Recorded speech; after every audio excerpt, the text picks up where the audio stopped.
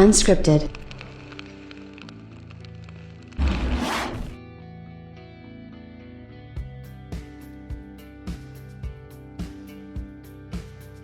Well, you absolutely love to see it, or at least I do anyway.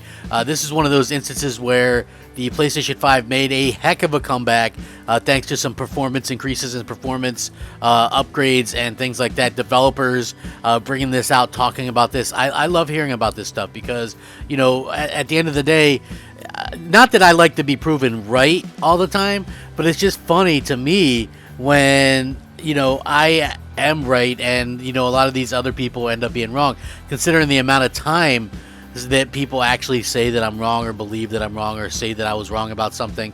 You know, for every time, you know, I got something wrong, I usually got 3 things right. You know, nobody will ever say, oh, well, Crapgamer, months before the Xbox One X or the Xbox Series X even had names, he knew the names and put that live on the air.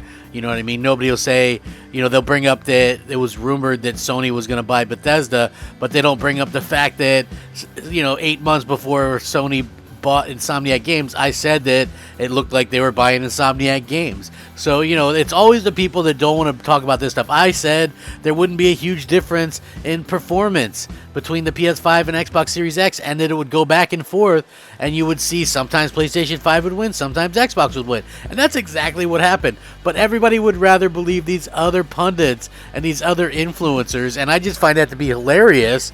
You know what I mean? And it doesn't matter. Listen, just because somebody has more views or more following doesn't make them right. I always tell people, if you really want to know what's going on in gaming, go to a small YouTuber. They have nothing to gain. They're just going to go out there, say it how it is, and that's the end of it, right? Like, these large influencers obviously have very much to lose if they ever started to be honest. You guys remember the Jim Carrey movie Liar Liar, right? Well, imagine if influencers, Xbox influencers specifically, had a period of time where they could only tell the truth about Xbox. I mean, they would be screwed. Utterly and completely screwed, because there is no way that, you know, that people are going to stick around while you sat there and actually were truthful about the Xbox. I know, because I had to be truthful about Xbox. You know, I was a huge fan, and they really started letting me down. But again, we spent the past year, 16 months, talking about how the Xbox Series X was going to demonstrably different, look better, and this and that and the other thing than the PlayStation 5, and all games are going to look better. And now we sort of see that that's not exactly the case. And in fact, the PlayStation 5 is taking even more wins out of the grasp of Xbox Series X, thanks to recent updates and things like that. But I should get started. This is exactly what I wanted to talk about. This is some cool stuff. What's up, everybody? Crapgamer here with Crapgamer Reviews, back with another video. Thank you so much for checking it out. I really do appreciate it. Please like, share, subscribe. I would appreciate that as well. It means a lot to me personally. And, you know, if you guys are looking for a way to help out a small, little crappy channel like mine, that's the best way to do it. A simple like. Like I said a million times before, it's free for you guys to do. And, you know, it means absolutely everything to me. So, thank you guys very much for always rocking out with me and, you know, supporting the channel and stuff like that. Shout out to all the old subscribers, new subscribers, everybody in between. Yeah, you guys are awesome. So, thank you very, very much. With that being said, let's get started, shall we? So we know that, you know, it's been kind of a situation where the PlayStation 5 has been very much performing above its weight. You know, you look at stuff like Dirt 5, PlayStation 5 got the win. You know, you look at Assassin's Creed Valhalla, PlayStation 5, once again, better performance. You look at Call of Duty, Black Ops Cold War, once again, you know, the PlayStation 5 outperformed, particularly in the 120 frames per second mode.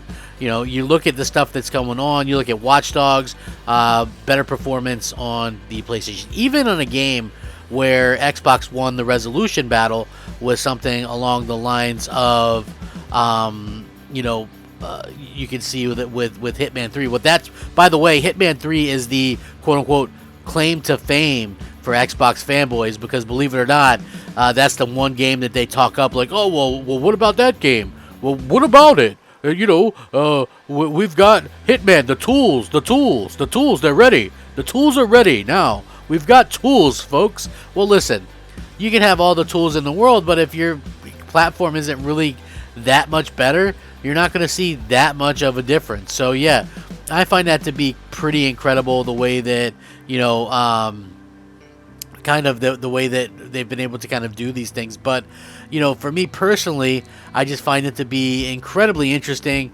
And, you know, not even only to say the least, I found that we keep getting updates, and then even with the updates, we keep seeing that in terms of performance and stuff like that, the PlayStation 5 still manages to come out on top. Now, this is very controversial, but Cyberpunk 2077 just got a brand new performance review patch, and, you know, and it favors, especially like with crowd density and stuff. That was a real problem with, you know, with what was going on with the PlayStation 5 version. There's not really a PlayStation 5 version per se. There's only PS4 and Xbox One X versions, right?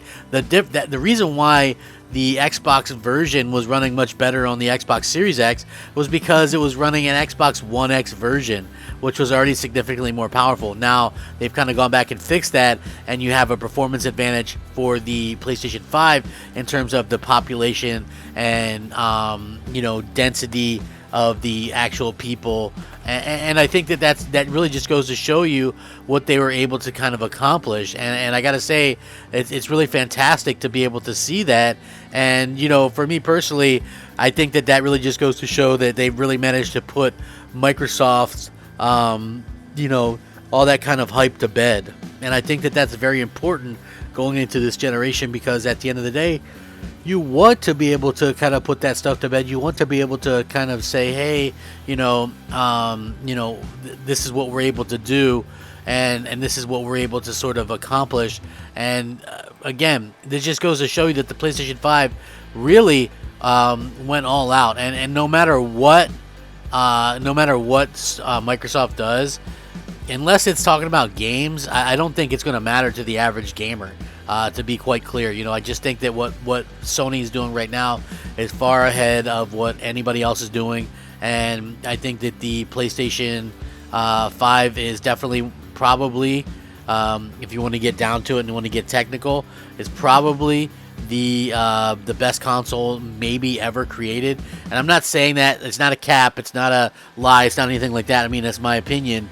And I just think that they've just done a much better job than what Microsoft has been able to accomplish. And I think that part of that has to come down to trust. You know, you have that consumer trust with people, and people trust PlayStation, and people really want to kind of get next to PlayStation, and I really like that. I think that that's something that Sony can really, you know, really kind of go out there and rely on that. You know, people are going to go out there and trust what they're doing, and for me personally, I find that to be pretty interesting, to say the least. You know, and I just want to say that now that we're seeing these updates come out and even fix some of the long-standing issues, I do feel like that is a bit of a problem in general for what we've been seeing anyway long term with the situation with Xbox. So, you know, again, Sony really come out of the blue with this, and I just really thought that they did a fantastic job being able to kind of get, you know, kind of get this kind of thing going. And, you know, again, props to them for doing it. And again, the developers and getting these patches out and getting stuff kind of fixed up. I think it's very, very smart to be able to do that. And now you have just another situation where this is kind of one of those things that they went all out with it, and that should be commended. So good on them. You love to see it for sure. I definitely think that this is something that will go a long way in proving that Sony had the right stuff all along. And, you know, at Microsoft, what are they going to do? Listen, I don't know what Microsoft is going to do, to be honest. You know, I don't think anybody knows what Microsoft are going to be doing, but I do think that, you know, it's going to be very interesting to see what happens long term when PlayStation continues to get updates and stuff like that. I always found that to be pretty ironic as well, that people just thought that the Xbox was going to continue to kind of flourish and get updates and stuff like that, and that the PlayStation wouldn't. I think that I thought that that was kind of ironic to me. Like, people just thought that, oh well, PlayStation will just stand still and let Xbox overtake them with with dev kits and tools and stuff like that, and it doesn't happen. That's not happening, folks. It just isn't. So I will link this. You guys can check it out. Another win for the PlayStation 5. But I would love to hear what you guys think about this. Please let me know. Sound off. Rate, comment, subscribe. As always, have a fantastic day. Take care of each other. Stay safe, happy, and healthy. Rack 'em up. Game on, my friends. Game on. Crapgamer out. Unscripted.